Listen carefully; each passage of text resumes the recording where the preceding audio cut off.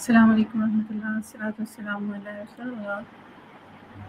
This is Quratul Bukhari Leadership Valley from Rehan AI Teachers Training Institute.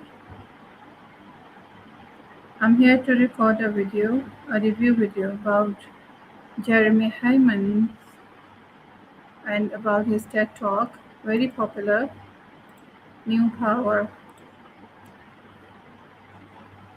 So he starts with his own story. Jeremy Heimans begins by explaining that he has spent his career building movements. He helped create organizations like GetUp, Avaz, Purpose. Instead of trying to influence only politicians or CEOs, he wanted to discover how can ordinary people create massive change together. This question led him to study how power itself is changing. He says today's world has two systems existing together. One is all power. All power is just like currency and money. Think about money. If I own it, I keep it. If I spend it, I lose some. So all power works exactly like that. That is controlled by a few people, top down, centralized. People follow orders. Authority comes from position, closed system. And the examples are governments, traditional corporations, dictators, large bureaucracies, television, newspapers. All power says we decide, we obey. We decide, you obey. And there comes a new power idea. So, new power is just like electricity or water current. It only comes powerful when many people participate in it. Characteristics of new power is participation, collaboration, sharing, openness, community, networks. Instead of saying I have power, people say we create power together. An example of this idea of a new power is Wikipedia, Airbnb, Uber, Kickstarter, and social media movements. And this is the biggest idea of the entire talk. And he compares currency and current. This is one of his most famous comparisons. All power is just like currency. Currency stays inside someone's wallet. The owner controls it.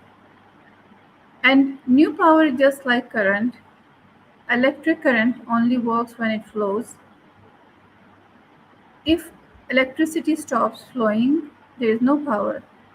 Likewise, new power only exists when millions participate. That comparison explains almost the whole TED Talk. Then he asks, why are companies like Airbnb becoming so powerful? This is where Airbnb enters the talk. Why did he talk about Airbnb? Because Airbnb doesn't actually own hotels, it doesn't build houses, it doesn't employ thousands of hotel workers. Instead, millions of ordinary people provide homes. Those people become part of the platform. Airbnb's value comes from people's participation, not from owning the buildings. This is new power. Instead of saying we own everything, they say you help build the business. That participation makes Airbnb grow incredibly fast. Then he explains mass participation, and this becomes another major lesson that old systems ask people to consume, and new systems ask people to contribute. And the examples are for old power, there's watch TV, read newspaper, listen and obey. And new power, upload videos, write reviews, share ideas, create content, donate, volunteer, vote, organize campaigns. People are no longer just consumers, they become creators. Then he explains a story that was Save the School story. This is one of the emotional stories in the talk. There was a young schoolgirl, the teenage girl, who discovered that her school was going to be demolished. Instead of accepting the decision, she started a campaign. She used social media, petitions, community support, local people, online sharing, and then soon thousands joined. People who had never met each other worked together. The movement became too large for decision makers to ignore. Eventually, the authorities changed their decision and the school was saved. Why did Jeremy tell this story? To prove that one ordinary girl using just participation can defeat a powerful institution. Old power, that is, government decides, school disappears, and new power, community joins together, decision changes. The story proves that power today becomes from mobilizing people, not only from holding authority. What does lesson uh, what lesson does the school story teach? In this story, Jeremy wants us to understand old power says you are too small, and new power says if thousands stand by you, you become powerful. This is the lesson. And then there was an explanation called Tools That Centralize Power. For that, Jeremy also explains that many traditional institutions still rely on centralized control, and the examples include governments, political parties, television networks, newspapers, large corporations, radical organizations, and the characteristics are information flows from the top, leaders make decisions, employees follow instructions, and citizens mostly receive information rather than shape it. So these are the examples of centralized tools and structure, that is the old power. And the parallel is tools that create new power. Instead of central control, new power uses platforms where everyone can contribute.